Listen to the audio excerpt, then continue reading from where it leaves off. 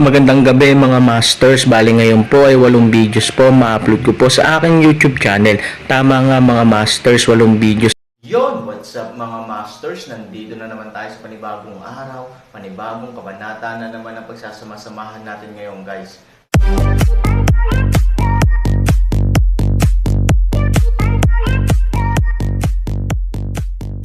Bali mga masters, kung bago ka pa lang po sa aking YouTube channel, please click the subscribe button, lalong-lalo na po yung notification bell guys, para maging connected pa rin tayo sa isa't isa at maging updated kayo sa mga susunod ko pang video. Bali mga masters, bago natin umpisahan ng kwento ay mag-shoutout po muna tayo para sa mga solid nating tagapakinig. Shoutout kay Sean Silabador. Shoutout kay Freddy De Terala. Yun na nga mga masters, no? Bali hindi na ito patagalin. In 3, 2, 1... Let's go!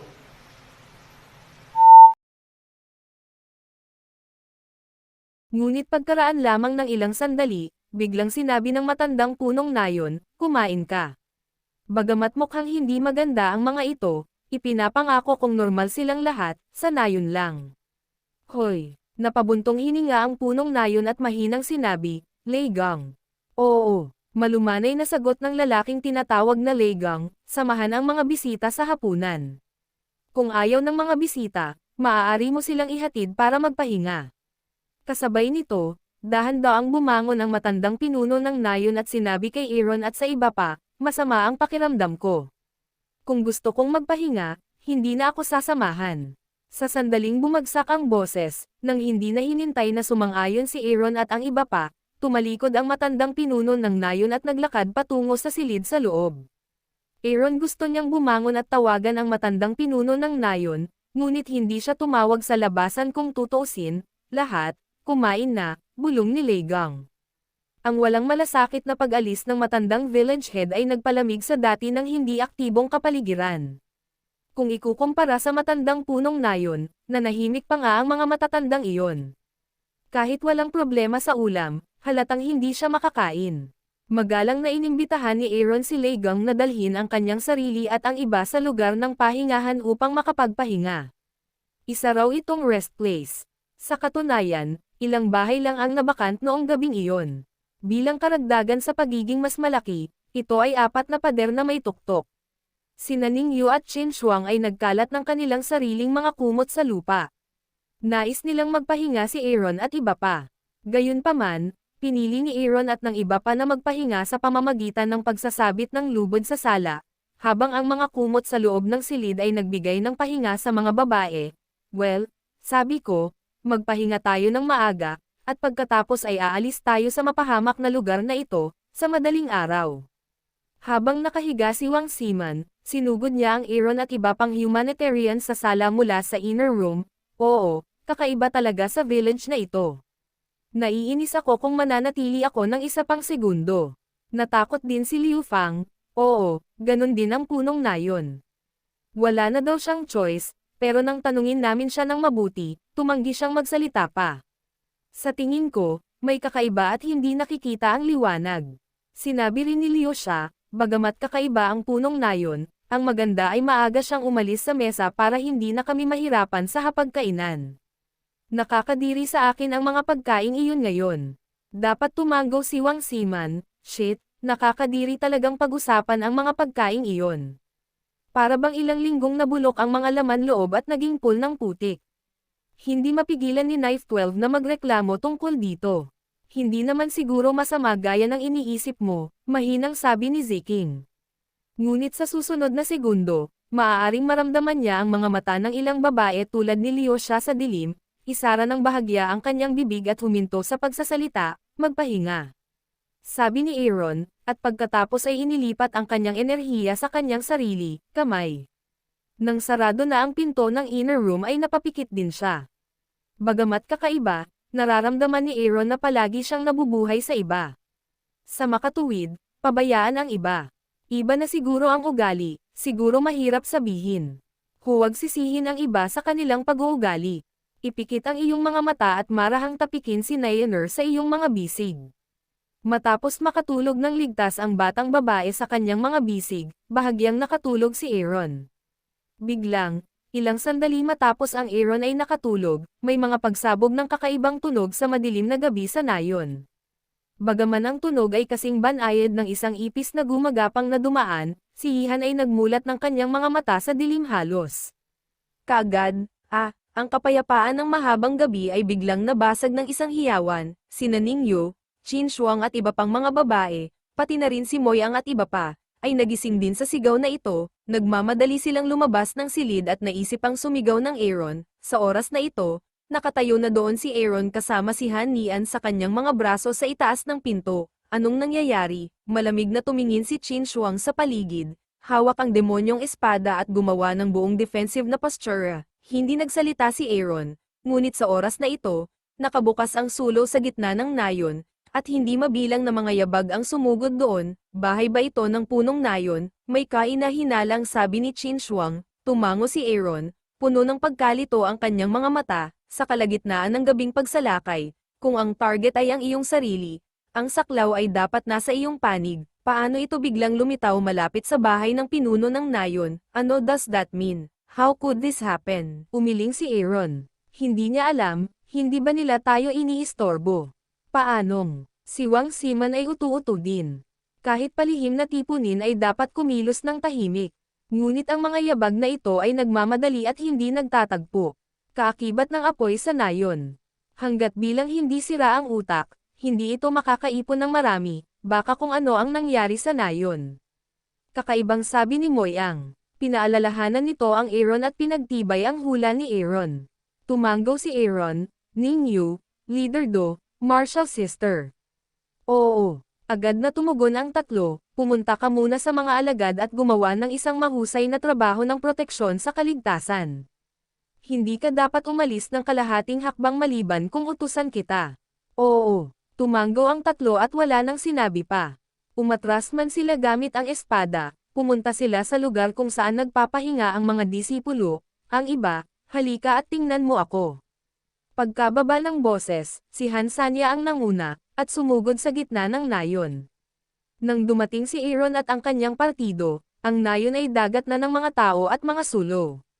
Isang grupo ng mga tao ang malapit na nakapalibot sa bahay ng pinuno ng nayon. Tumayo si Han Trinity at lumipad. Ang sumunod na segundo, ang mga tao ay nasa himpapawid at tinatanaw ang lupa. Sa itaas ng lupa, ang mga tao ay nasa isang gilid na silid sa tabi ng bahay ng pinuno ng nayon. May narinig pang ang umiiyak. Matapos makita na si Moyang at ang iba pa ay nagmamadali sa karamihan, ang Aaron ay bumilis, direktang sumisid pababa at sumugod hanggang sa gilid ng bahay. Wow! Biglang bumagsak si Aaron sa lupa. Sa sobrang takot niya ay nanginig ang isang grupo ng matatanda sa paligid ng pinto. Napasimangot si Aaron at napatitig sa gilid ng kwarto. Sa tabi ng madilim na kabaong, ang matandang punong nayon at ang binata na nakita niya, nakahiga sa tabi ng kabaong, haggard at umiiyak sa tabi ng kabaong. Ang kahoy na matigas na kabaong ay nabasag ang isang malaking butas. Ang butas ay hindi maayos, at may nagpapabulaanan na dugo, sa tabi ng butas at sa lupa. Nalilito si Aaron ano ang problema ng dugo sa lupa at ang pagkabasag ng kabaong ay dumating sa bahay bago ang gabi. Heartbroken biglang naalala ni Aaron na may mga buhay na tao sa kabaong, may nangyari sa mga tao sa kabaong, at ang dalawang mag-ama ay labis na nalungkot, na nagpapakita na ang taong ito ay dapat na napakahalaga sa kanila kung ganoon, hindi naiintindihan ni Aaron. Dahil napaka-importanteng tao, paano niya ito may lalagay sa kabaong? Ang pagdududa na ito, si Moyang at ang iba pa ay nakalusot din sa karamihan, pumunta sa gilid ng bahay at tumayo sa tabi ng Aaron. Nang makita nila ang sitwasyon sa bahay, isa-isa silang kumunat ang noo. Malinaw, tulad ng Aaron, nahulog sila sa malaking kalituhan. Sa oras na ito, mabilis na pumasok ang isang matandang lalaki. Pagkatapos ay may sinabi siya sa tainga ng punong nayon, itinaas ng pinuno ng nayon ang kanyang ulo at napansin na dumating si Aaron at iba pa. Dahan-daang pinunasan ang kanyang mga luha, ang matandang pinuno ng nayon ay tumayo at naglakad patungo sa Aaron. Batang Zia, maaari ka bang gumawa ng isang hakbang upang makipag-usap? Tumanggaw si Aaron at sumunod sa matandang pinuno ng nayon hanggang sa pangunahing bahay.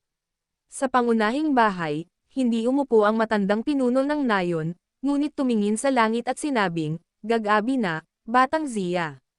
Bumalik ka sa bahay kasama ang iyong mga kaibigan at magpahinga. Sa sandaling maliwanag na, hindi mo na kami kailangang kamustahin, para makaalis ka dito tandaan mo, pagkaalis mo sa Nayon, hindi ka na makapunta sa Hilagang Silangan, lalo pa malapit sa 3 bundok ng henerasyong iyon. Nang marinig ang mga salitang ito, natigilan si Hansani. Malabo niyang naramdaman na may nangyari at sinabing, puno ng Nayon, ano ang nangyari? Ito ay tungkol sa Nayon. Wala itong kinalaman sa iyo. Bumalik ka at magpahinga. Punong barangay, nagpakasal siya sa isang bangkay bilang kanyang manugang. Ngayon, nawala na ang mga buhay na tao sa kabaong. Kung hindi mo ipapaliwanag ng malinaw, natatakot akong mahirap kumbansihin ang publiko. Wang Simon walang galang na sabi, paano mo malalaman kung ano ang nasa kabaong? Napakunot ang noo ng punong Nayon nang marinig ang talumpati, at naging alerto ang buong tao. Halos sabay-sabay na sumugod ang maraming taga-Nayon sa labas ng pangunahing bahay. Sa halip na ang dating medyo relaxed na ugali, sila ay naging agresibo Aaron at alam na ang kabaong ay naglalaman ng mga buhay na tao binabasa mo ito sa isang lugar, ninakaw nila ang aming pagsasalin. Napakunot ang noo ng punong Nayon nang marinig ang talumpati, at ang buong tao ay naging alerto. Halos kasabay nito, maraming mga taga-Nayon ang sumugod sa labas ng pangunahing bahay. Sa halip na ang dating medyo relaxed na ugali, sila ay naging agresibo. Aaron ay sumimangot at alam na ang kabaong ay naglalaman ng mga buhay na tao. Bakit ang mga taong ito ay nag-react? Ano ang kahulugan nito? Ninakaw ang aming pagsasalin. Napakunot ang noo ng punong Nayon nang marinig ang talumpati, at ang buong tao ay naging alerto. Halos kasabay nito, maraming mga taga-Nayon ang sumugod sa labas ng pangunahing bahay. Sa halip na ang dating medyo relaxed na ugali, sila ay naging agresibo. Aaron ay sumimangot at alam na ang kabaong ay naglalaman ng mga buhay na tao. Bakit ang mga taong ito ay nag-react? Ano ang kahulugan nito? Ninakaw ang aming pagsasalin. Brush. Sa panig na ito, alam din ni Wang Simon at ng iba pa na ang mga taga-Nayon ay hindi magaling sa pagdating. Bago sinabi ng Aaron, sama-sama nilang binunot ang kanilang mga espada. Ang dalawang panig ay nag-aaway sa paglipas ng panahon at kritikal ang sitwasyon. Stop. Ilagay ang lahat ng iyong mga armas. Sa sandaling uminom si Aaron, natarante si Wang Simon at ang iba pa, ngunit ang mga mata ni Aaron ay hindi mapabulaanan ng sinuman. Mapatigas lamang niya ang kanyang anit at iligpit ang kanyang mga sandata ng may matinding depresyon. Bahagyang sumaludo si Aaron sa oras na ito at mabilis na nagpaliwanag, ulo ng Nayon, ano ang ibig mong sabihin?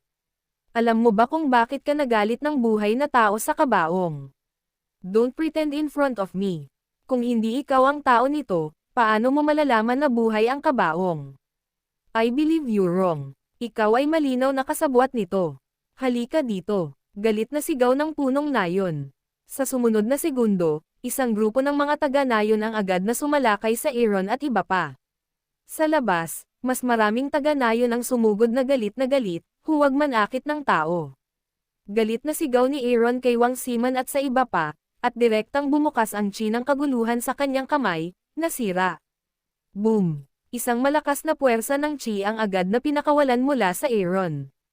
Halos lahat ng mga taga-Nayon ay sinugod ng chi. Nang hindi nila ito maaninag, ang lahat ng tao sa bahay ay sumabog sa dingding at hindi makagalaw. Biglang napaatras ang mga taga-baryo na sumugod sa labas, tama na. Nagbigay ng malaking inumin si Aaron. Pagkaraan ng mahabang panahon, walang nangahas na gumalaw sa loob o labas ng bahay, haha, haha. Sa pagkakataong ito, biglang tumawa ang matandang punong Nayon, tumingin ng malapitan kay Aaron, at pinagalitan, galit na galit, kung gusto mong pumatay, dumiretso ka na lang. Bilang punong Nayon, mali ang paniniwala ko. Pasensya na sa aking anak at manugang, at pasensya na sa mga tao sa kabuuan, Nayon. Bigyan mo ako ng magandang panahon, hayop ka. Sumimangot si Aaron at bahagyang inalis ang hiningang bumagsak sa punong Nayon, puno ng Nayon, dito tayo mananatili. Huli na para magpasalamat, paano ka namin mapapatay? Hindi ko masyadong maintindihan ang ibig mong sabihin. Oo, umaarte pa rin sa harap namin. Hinamak ng matandang pinuno ng Nayon si Lengham at sinabi, sa tingin ko ay hindi mo ito kailangan. Ang mga tao sa aming nayon ay hindi mapaghihiwalay sa inyo na mga demonyo. Kumikilos. Ang hirap talagang intindihin ng Aaron, ikaw ay walang iba kundi mga langgam sa aking mga kamay. Hindi ba madali kang durugin? Kailangan ko bang kumilos sa harap, sa iyo? May hindi pagkakaunawaan. Hindi na kailangang pansinin sila ng 3,000 tao. Kakaiba sila noong sinaunang panahon, ngunit ngayon ay hinahampas nila tayo. Tingnan ang tunay na kabanata sa ilalim ng kutsilyo at makipaglaban sa kanila. Sa sandaling bumagsak ang boses ni Wang Siman, gusto niyang singilin ang kanyang espada on the spot, bang. Sa isang mapurol na ingay, nagsimula na si Wang Siman, ngunit ang espada sa kanyang kamay ay biglang lumipad ng may kakaibang puwersa, at ang buong lalaki ay may sakit din sa kanyang palso. Sa pagbabalik tanaw, ang espada ay walang awa na ipinasok sa gilid ng dingding, 3,000. Nagtataka si Wang Siman kay Aaron, hindi sila mga magnanakaw o masamang tao, ngunit hindi armado na mga ordinaryong tao. Malamig na sabi ni Aaron. Napakaraming taga-nayon ang maaaring makulong sa isang hininga. Hindi na kailangang sabihin na ang Aaron ay makapangyarihan, ngunit sinasalamin din nito ang kakayahan ng karamihan sa mga tao sa nayon. Pagkatapos nito, tumingin muli si Aaron sa pinuno ng nayon at inalis ang kanyang kontrol sa ibang mga nayon. Ulo ng nayon, maaaring hindi tayo mabubuting tao, ngunit hindi tayo masasamang tao, hindi ko masyadong maintindihan, alam kong may mga nabubuhay, ang mga tao sa kabaong, ano ang koneksyon sa gabing ito, unti-unting hamupa ang galit ng matandang punong nayon, hindi ka ba talaga nito katauhan, sino ang tinuturo ng punong nayon, nagtataka si Aaron ng pinuno ng ating alyansa, noon pa man ay naging bayan niya tayo, sino ang kwalipikadong gawin siyang utusan. Paliwanag ni Moyang, tama, sabay-sabay na tumango ang lahat ng sumunod, nang makita ito, napakunot ang noo ng matandang nayon, hindi ba kita naiintindihan, punong barangay, anong nangyari, tanong ni Aaron. Yun na nga mga masters, no? Bali panibagong kabanata na naman yung natapos natin ngayong gabi. Muli, maraming salamat po talaga sa walang sawang suporta po sa aking YouTube channel na talagang inaabangan nyo po ang bawat upload ko po. Bali mga masters, magkita-kita ulit po tayo bukas ng gabi at ngayon po ay magpapaalam po muna tayo. Bali mga masters, bye-bye!